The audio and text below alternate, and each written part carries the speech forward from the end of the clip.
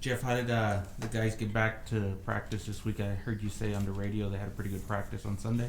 Yeah, we had our best one Sunday that we've had. According to the Titan data, the juice was just crazy, and they were the same way again today. We've now on full pads 4 consecutive times in a row. I mean, it's Coach Pill of the Week's physical toughness, right? You're going to talk about it, you're going to be about it. So we've intentionally done that, and our kids are still striking, and they're fresh, and we're really excited about making this to November to remember. You think that's a reflection of them being fresh, or kind of the announcement and them having some extra juice there? I imagine all that's, involved in that. I'm just glad you were in the room.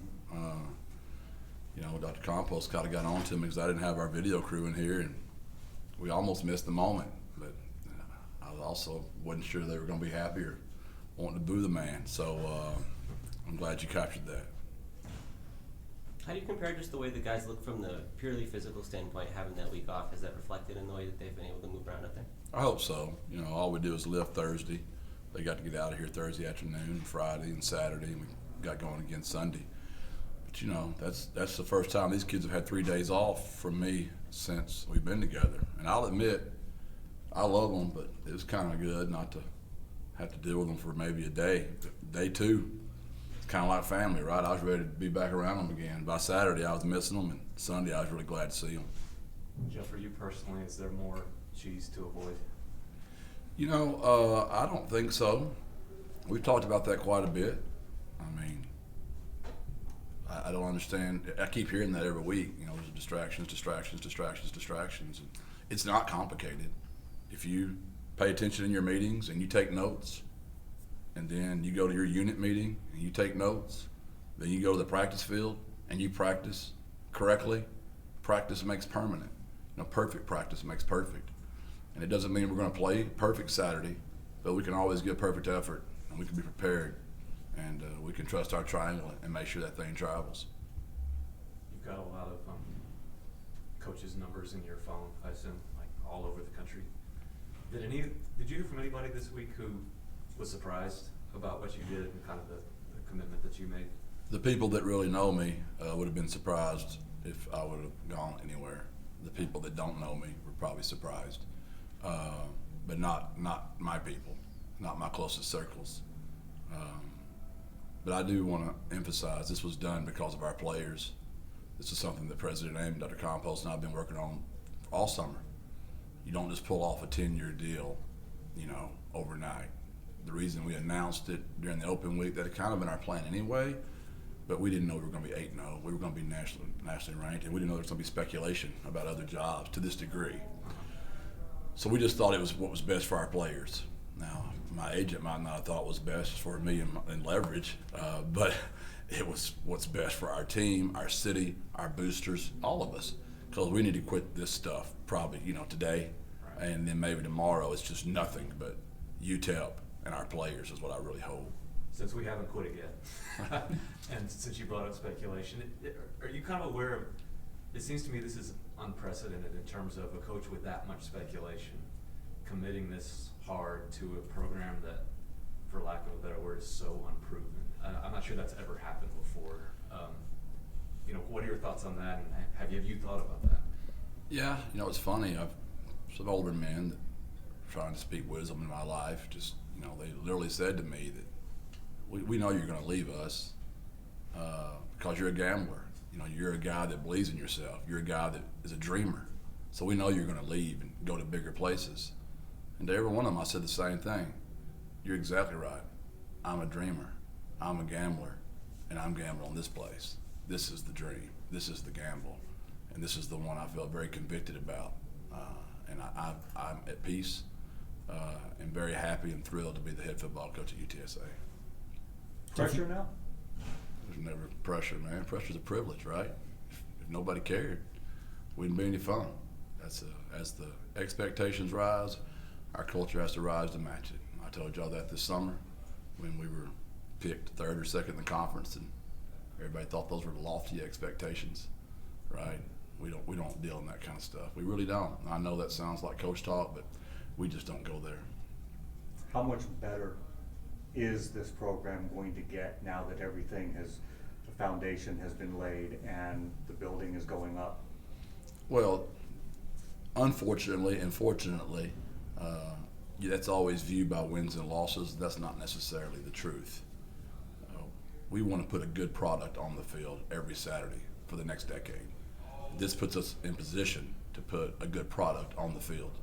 When you do that, you usually win your share of ball games, right? To get Ryan Vilo some more strength staff, to get more support staff, that's huge for our kids to eat more nutritiously. That's huge, right? To keep our coaches here, our assistants. If I'm just having a revolving door all the time, the consistency, the stacking those good days, win the day, win the day, win the day. Well, when you're having to redo that all the time, it just makes it harder. I was very blessed as a high school coach. I worked for the assistants. Then I got the job at Gilmer, and those guys came with me. So I had the same staff for 6 years at Jacksonville, 15 at Gilmer. That's 21 years of the same staff. I hope we can pull that off here. Hey, Coach, Saturday is going to be a late night game.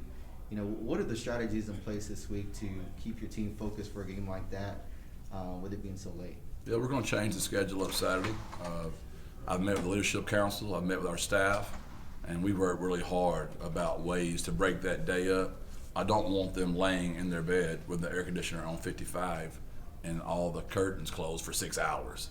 I don't mind them getting an hour and a half nap and watching some ball, but we all know what we feel like, and we've all done it, right? Just veg out the whole day, but you're pretty sluggish the rest of the night. I imagine if we had a show of hands right now, we would all confess to a few of those veg days, but we can't have that Saturday. Jeff, you guys moved up in the national rankings to 16th in the AP poll. What's your reaction to that? Just what I told our kids. That might be where we're voted in the country, but there's no team that loves each other and plays harder than we do. And that's what I care about the most. I want our team to care more. Teams that care touch, teams that care love, teams that care do the extra things.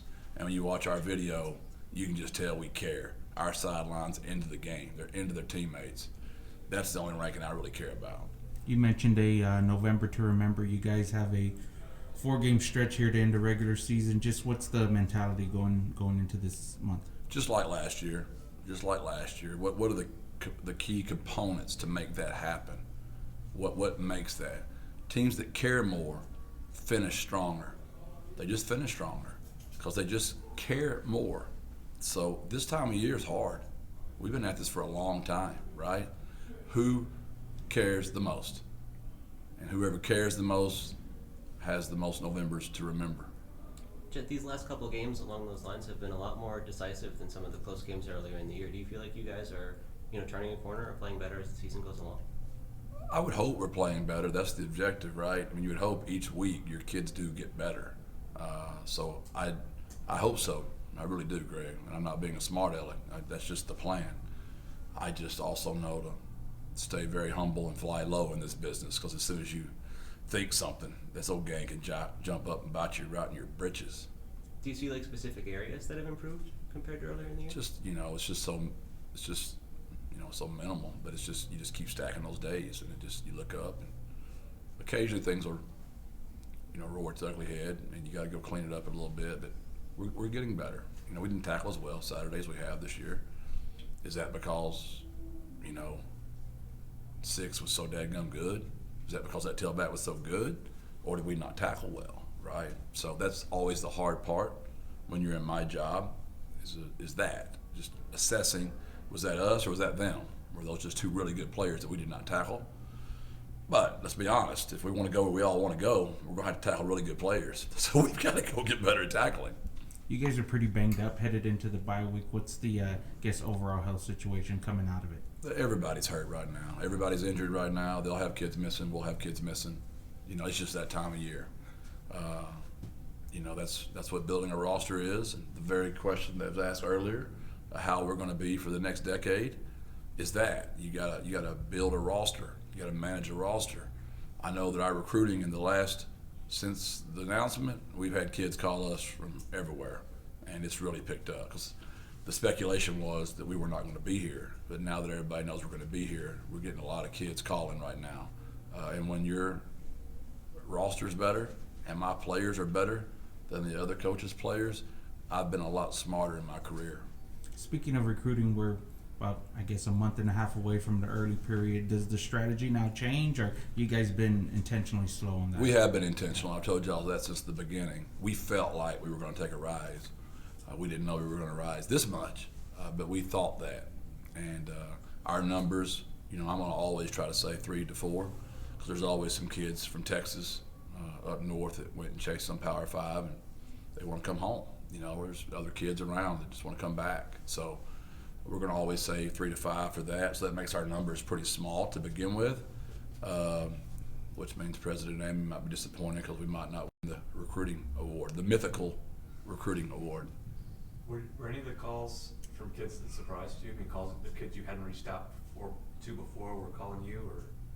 Oh, it's just these are all high school kids, obviously, and they were on the fence on what to do, and now they're just more excited because they know we're going to be here and setting up unofficial visits and all those. We've been talking, and texting and those kind of things the whole time. So this hadn't been very serious, right? And now you can tell they're really excited. If you can get them down here, if I can just get them down here, the city's so cool. The Alamo Dome is so cool. The fan base right now, we get kids. We had 106 kids, I believe that's right, JJ, Yeah. at the Rice game, and all those kids left going, holy mackerel. Well, that spreads, right? And now that Kids we say got, holy mackerel? I doubt that. That's kind of an old man corny phrase, right? They probably have something a lot cooler than that. Has the caliber of recruit changed that you can get a hold of with the conference announcement, your extension, and this facility? These guys are taller, they're faster, and they're bigger, right?